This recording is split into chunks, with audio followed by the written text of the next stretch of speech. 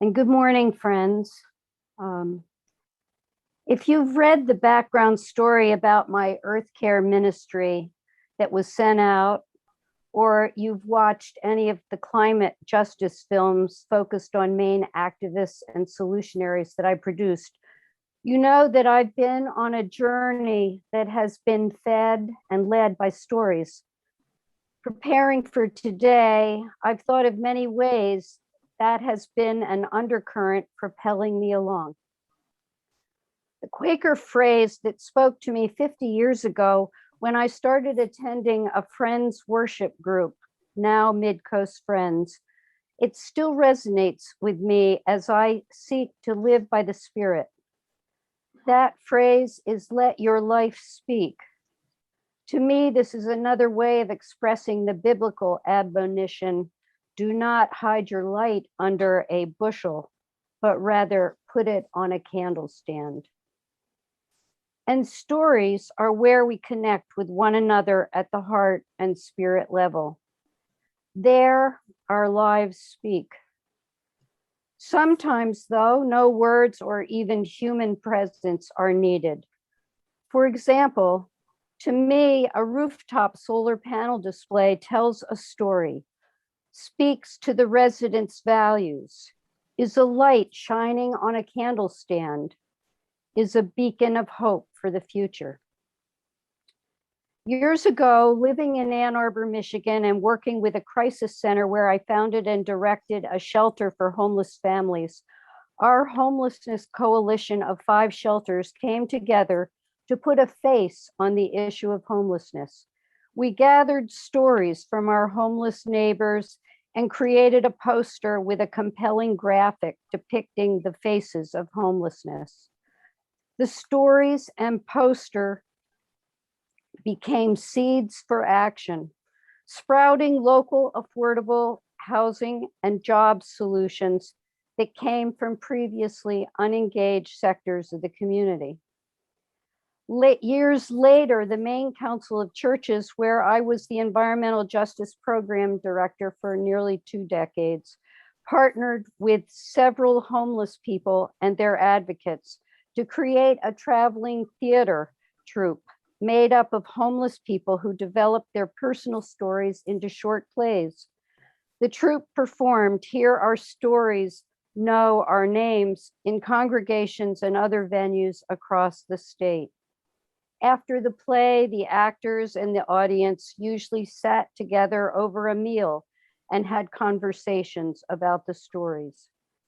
Work remains to be done in this social justice area, but I suspect those personal stories still resonate with those who heard them, and an organization, Voices for the Homeless, founded and staffed by many formerly homeless people and members of the troupe, continues as an advocate for solutions, including public policy. These experiences focused on economic and social justice concerns have contributed significantly to my thinking about how I could present stories to inspire change that would address the accelerating impacts of the climate crisis and environmental degradation. Putting a face and story on bold climate action, I thought could bring the issue and possibly to take action closer to an audience member and motivate them to jump off the fence. And many have been inspired to do so. Solar panels, home community gardens, hybrid and electric vehicles in the dooryard and on the highways, I see as ways that people are putting their light on a candle stand, sharing a story, a commitment without words, and letting their lives speak. Filming and making visible those climate stories and solutions has been my way to extend the reach of those stories, not only to inspire audiences to take action in their own lives, but to inspire wannabe filmmakers to use simple technologies to create films that tell stories for change. As I mentioned in my written story you received, thanks to grants from New England Yearly Meeting Legacy Fund and the Haney Fund, I'm now working with Maine Climate Justice Youth to produce Tim? a film. No, not yet. Yes, he's the speaker. To produce a Okay. film. I'm sorry. Go on speaker view or gallery? I don't know the difference. Well, here's gallery. Bringing to the screen everybody? the climate Okay. concerns and Or solutions speaker, where of you just youth get the speaker. from every The speaker, corner of and then you Maine. get the last. Interviews have been done by Zoom, and the high school filmmaker is finishing up editing now with a youth composer waiting in the wings to create appropriate music for the short story clips that will go up on social media. It's fun for me to realize 5 years ago, some of my youth activist friends encouraged me to make a film about Maine climate activists and their stories. And now it's me helping youth to make a film they can use to inspire and build the climate movement among their peers. Some things in my life are coming full circle. I want to pause now in my story to show a very short film that I just received from my friend and colleague at MAFCA, Heather Spalding. Obviously, I didn't make this film, but I was deeply moved by it. I think the film showcases what is at the root of my own Earthcare storytelling ministry, the power of stories to connect with our hearts and with each other. And I thought it would be a gift to today's gathering. So Bob, can you put that up, please? Thank you.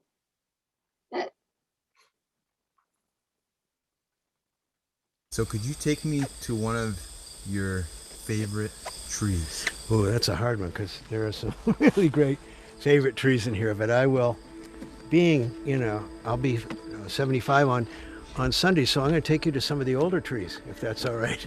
I guess I tend to relate to them more these days.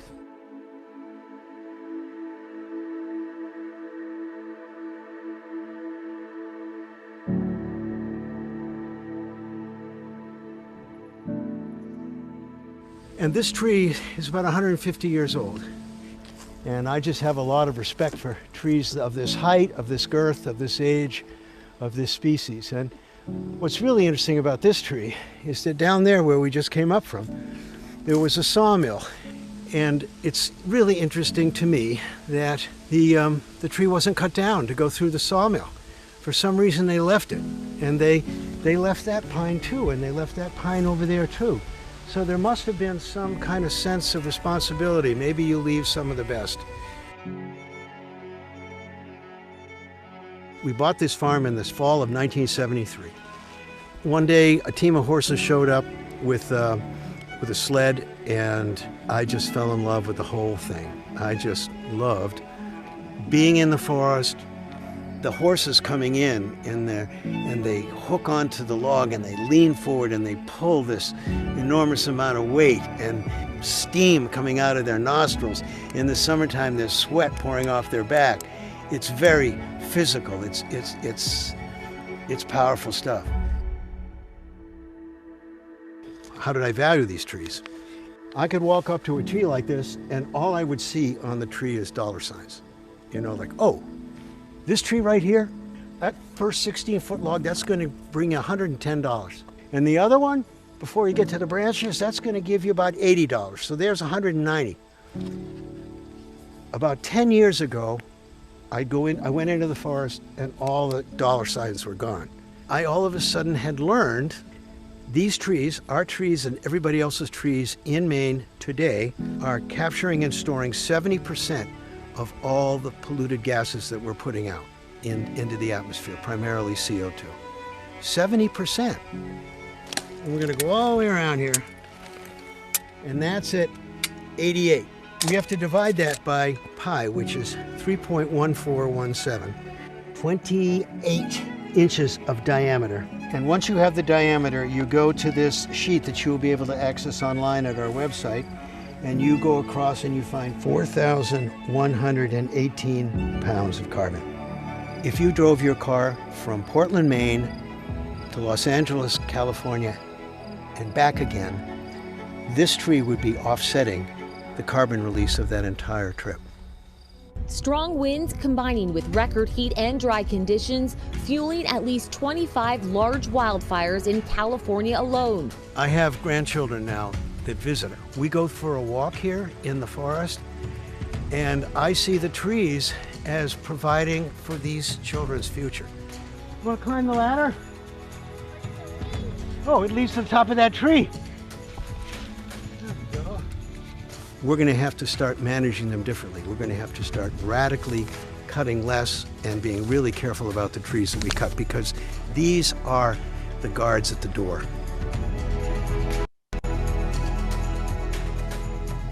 I frankly miss the cutting down of the trees. My wife very honestly said, Pete, you know, what you love most in life is cutting trees. And I had to nod to her and say, I know, there's nothing quite like the crash. 8 years ago, this tree would be toast. But now, I've got to change of heart, and I feel good about it.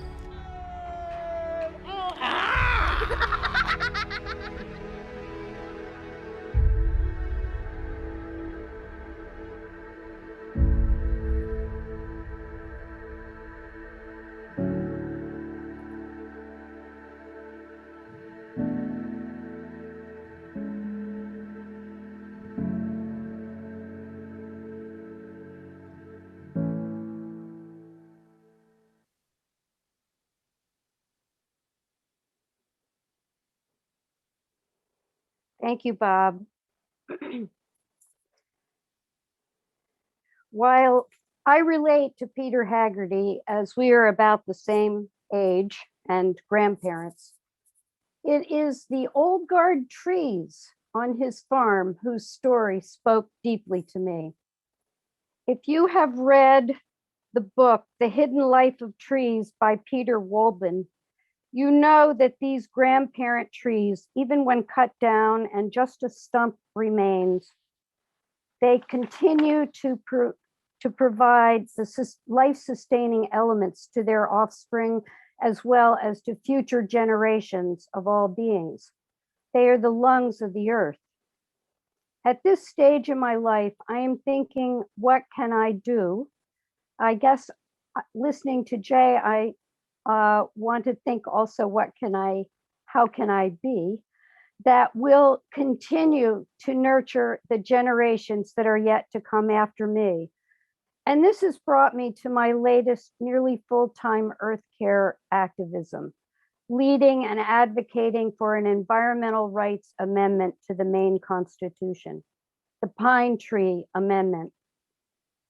If passed by this legislature and the people of Maine, it would enshrine the right to clean air, pure water, and healthy ecosystems, as well as preserve the natural, cultural, recreational, scenic, and healthful qualities of the environment. And here's what's transformational to me about this amendment. The amendment guarantees these rights just like other rights we hold dear, such as freedom of religion, of freedom of speech, and these environmental rights are guaranteed to all people in Maine, including future generations. Imagine clean air to breathe. I'm thinking of the chant, "I can't breathe," that echoed through our streets from the Black community this past year, as we all joined together to call for racial and environmental justice, as we recognize not only police brutality, but also that most polluting and toxic industries have been sited near low income and communities of color, where they have impacted the health and well-being of the community. Imagine pure water to drink, to recreate in, to provide habitat for species like fish that are the protein sustenance and form part of the cultural identity for Wabanaki and other indigenous peoples. I am thinking of the water protectors praying and standing to protect their relatives, the rivers that provide life for them. Water is life, they say. The Pine Tree Amendment, LD 489, could bring an end to environmental sacrifice zones. So we are rapidly mobilizing for a public hearing on the Pine Tree Amendment that is scheduled for Monday, March 8th at 10 a.m. before the Environment and Natural Resources Committee. Of the 13 committee members, we expect 8 or 9 will vote to pass the bill. Beyond the committee, we need 2/3 of the legislature in each chamber to pass the amendment in order to send it to the people for a vote. So it's a heavy lift and a challenge I'm excited to meet. But I am hopeful. First, the bill has tripartisan support. I am realistic, but hopeful, that this year, or perhaps in a few years, we can succeed in enacting it, thanks to an aggressive statewide public education campaign driven by dedicated grassroots activists, many of them youth. And no surprise, the education campaign will include filmed interviews with geographically and demographically diverse storytellers sharing how the Pine Tree Amendment will be good for them and for Maine. This advocacy effort feels like just the right place for me to be as I weave together many of the justice concerns of my past into an action designed to transform protection for the environment for today and future generations. I hope many of you will join me to carry this amendment over the finish line.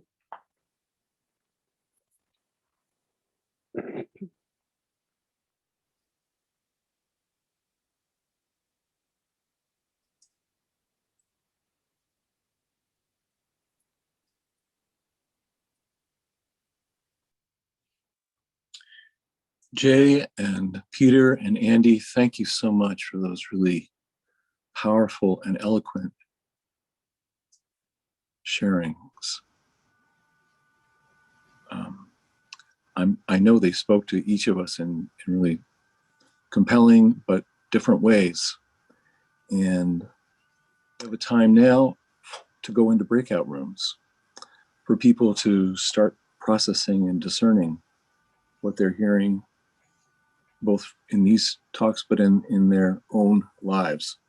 And in the breakout rooms, we would like to invite you to reflect on the following 2 questions. Where am I in my personal journey? And what gifts do I bring? And I'm going to go ahead and share a screen for the talk that I'm going to do, which is the next one.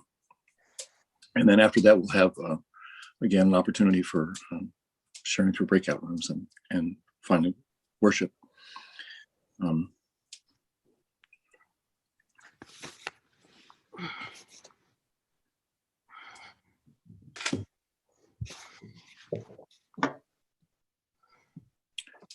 Okay.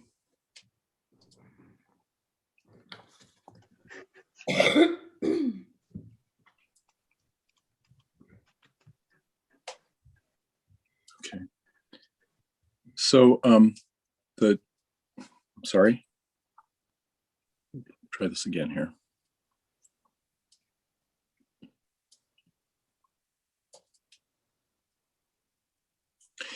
I want to talk about that of God, not just being in each of us, but amongst us, and the Quaker process of worship out of the silence and meetings for worship out of the silence for the conduct of business, and also for research as part of Earthcare Witness. So I'm going to talk about first about a Quaker process as a seed for a culture of peace, and then enriching the Quaker process with human ecology, and then enriching human ecology with spirit-led research, and finally turn back to the issue of presence. Okay.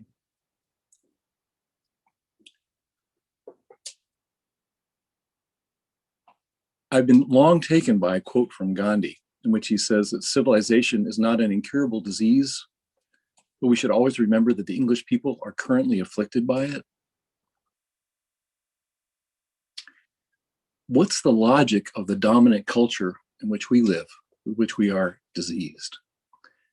And what would be an alternative model of reasoning or logic that's based in the understanding that God is love God is truth.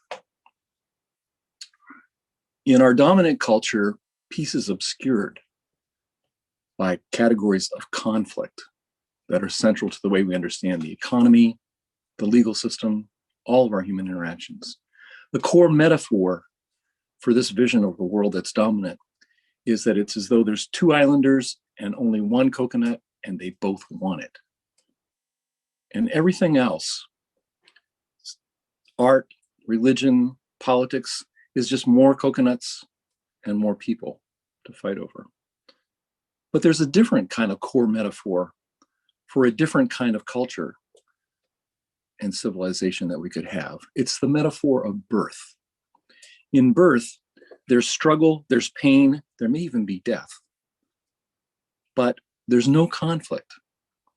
Instead, the pregnant woman and the fetus go through a kind of process of struggle in which what emerges is something that transforms each of them and makes them into a mother and a baby and part of a community, a family. And that process of birth is a core metaphor for ways in which Gandhi understood the processes of social change he developed, and is core to many of the ways of understanding conflict resolution and mediation. And also, I think, core to the way that I apologize, I wasn't sharing the slides properly. Can you guys see them now? Yes, great. Okay, so this is the two islanders and the one coconut. And here's the culture of peace metaphor, okay? And so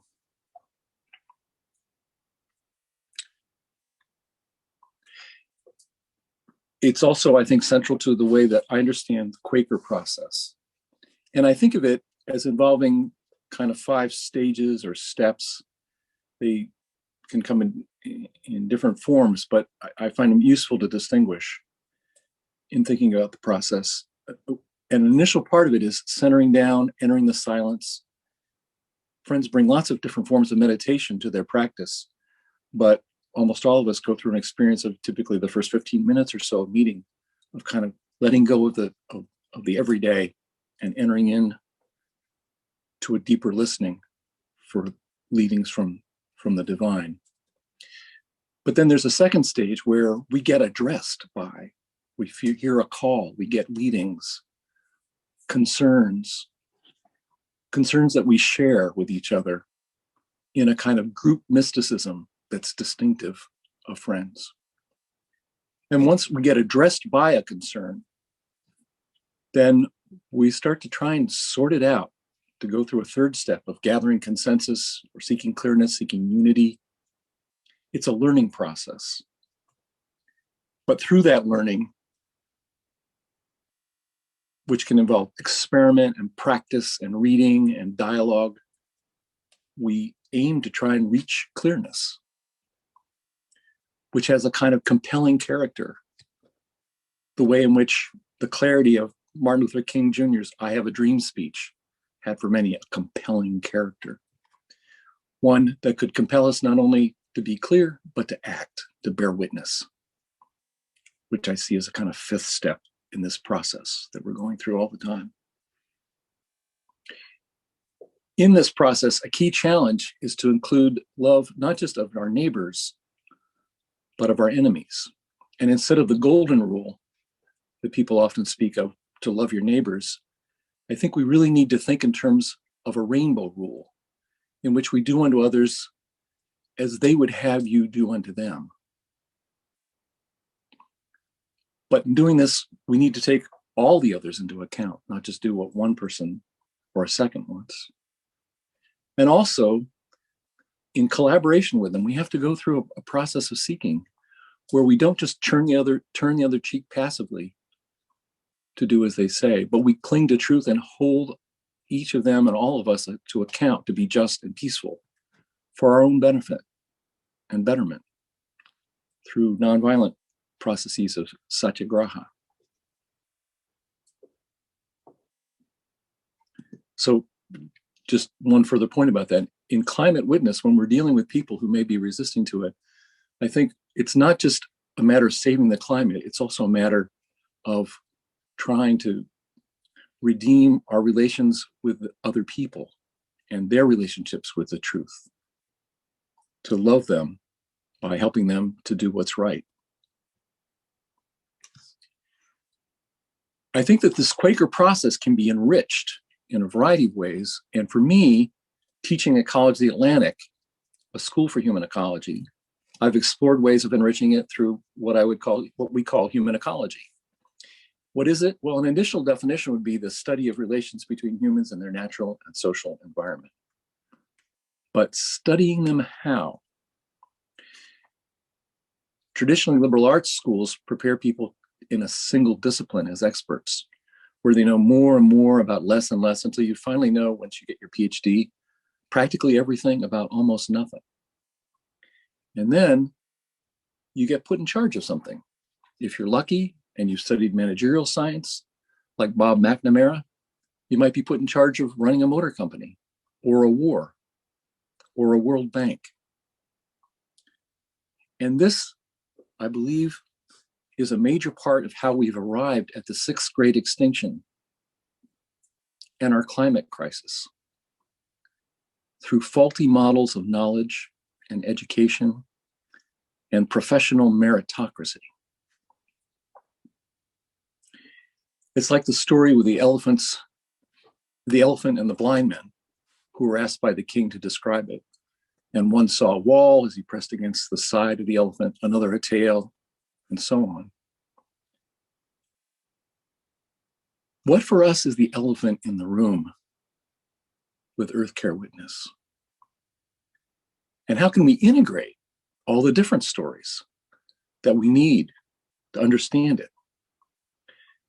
Imagine that instead of blind men, the story is about people from different disciplines and indigenous knowledge traditions and genders and social classes and races and cultures from all around the world that give them different ways of seeing. Or perhaps even also different species, an eagle looking, a dog smelling, a bat echolocating. And imagine that this process is a collaborative, experimental, community-based process of learning that is interdisciplinary, that combines theory and practice, and that includes all the voices democratically in a cross-cultural dialogue and social change. That would be a process of learning that is human ecological.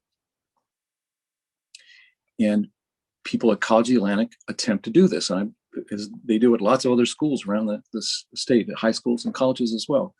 I've been fortunate to be able to work with a lot of young people who are trying to do this around the earth care issue. And there's a particular group at College of the Atlantic, Earth in Brackets, that's done a lot of work on this. I want to just share briefly a clip from one of them. This is at the, excuse me here, you get the volume up. At a COP, the Conference of the Parties in 2011, to talk about climate change. Angela Appadurai. Youth non-governmental organizations. Ms. Appadurai, you have the floor. I speak for more than half the world's population. We are the silent majority. You've given us a seat in this hall, but our interests are not on the table. What does it take to get a stake in this game? Lobbyists, corporate influence, money?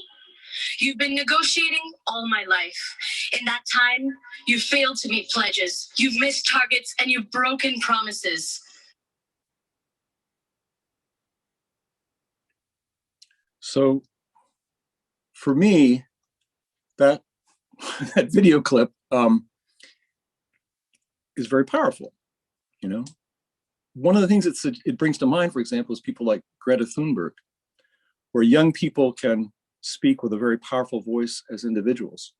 And yet, I think what's most important for me about Anjali's experience speaking there and the impact that she had was that she wasn't doing this alone.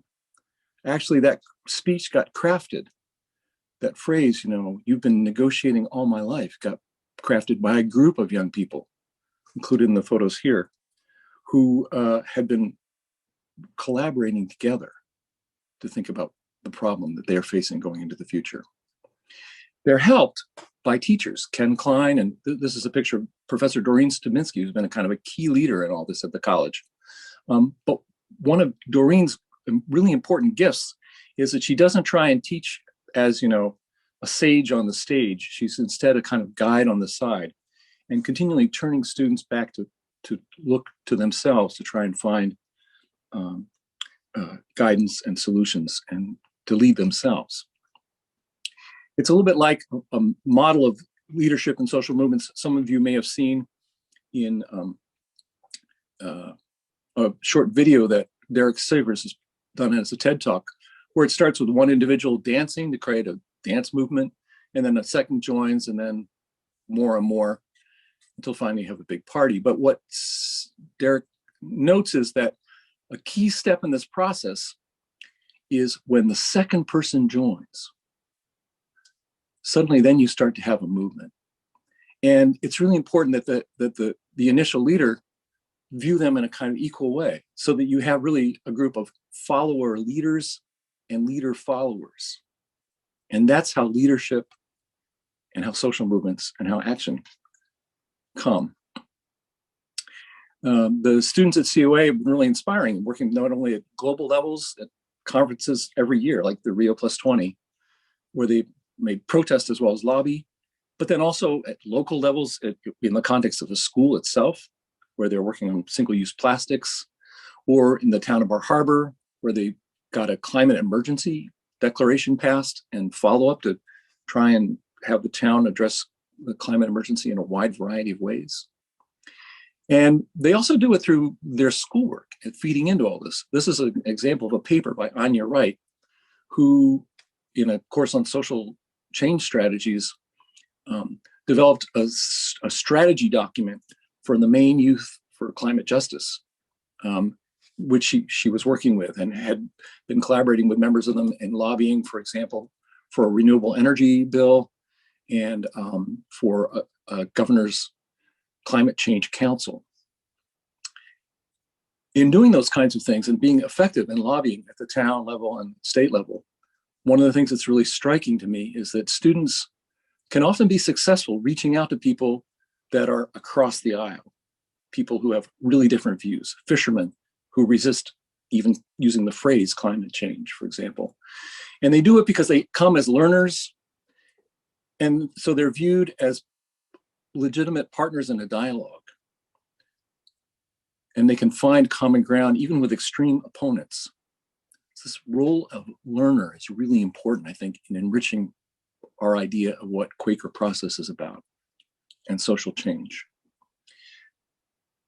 It's part of what's underlied the Quaker Institute for the Future, which is another group I want to talk about that I've worked with now for 15 years, and ways in which it tries to enrich human ecology with spirit-led discernment. So the Quaker Institute for the Future includes clearness committees where people are working on a particular project in ecological economics or the like, and they want help with it in discerning what they're going to do.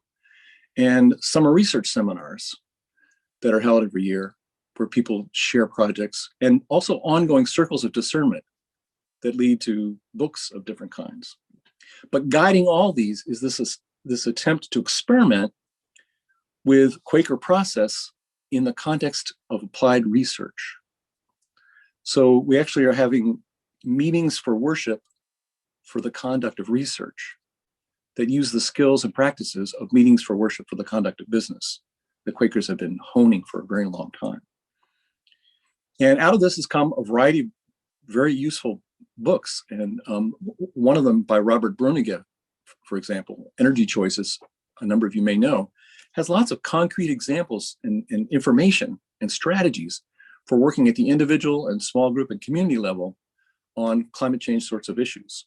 Another on climate, food, and violence looks more at large policy questions and can make a great discussion topic for a second hour group, which we did at Acadia Friends meeting. I would like to invite all of you to think whether you or other members of your meeting might be led to undertake a kind of circle of discernment, a kind of spirit-led community-based participatory research project around some aspect of climate change. Or else maybe you're called to support others who are led to do so. I think there's lots of different kinds of support that's possible. One I want to mention is just through money for parallel institutions of different kinds that can help in this kind of work. And here's an idea, having more marchathons. So every time we have a march or a protest or public witness, have people sort of raise money. And imagine if when we have a march in Washington, D.C. around climate, for example, if everybody who spent $100 on a bus ticket to get there had recruited 10 other people to each contribute $100, and we had 1 million people show up to the march, that would be 1 million people times 10 times $100 would be $1 billion that we could raise for all kinds of purposes in climate change action. To sum up, kind of a key point that I want to draw from all this, like Quakers in the 1650s, I think we live once again in a time where the world has been turned upside down. And there's a need again for a kind of valiant 60 as students of human ecology to call forth a great movement for the prospering of truth. Each of you have that of God within you. Each of you have that imaginative vision, seeds of action for a world without weapons, a wiser earth, governed with care and sustained with resilience and love. They're in each of you. These visions and seeds lie within you and among us. We need but to gather and listen, and we will find ourselves led by a presence that speaks to us, through us. Often friends are led to talk of that of God in each of us. But I think it's important to recall that early friends often would ask of other communities, how is the truth prospering amongst you? And I think our corporate experience is one in which the presence comes not just to individuals, but to groups. And so I would just invite you to be thinking, who will you join with in praying? Who will you join with in worship? Who will you join with in the silence? To listen, to find out how you are led to act on these issues that are so dramatic and have turned our world so much upside down.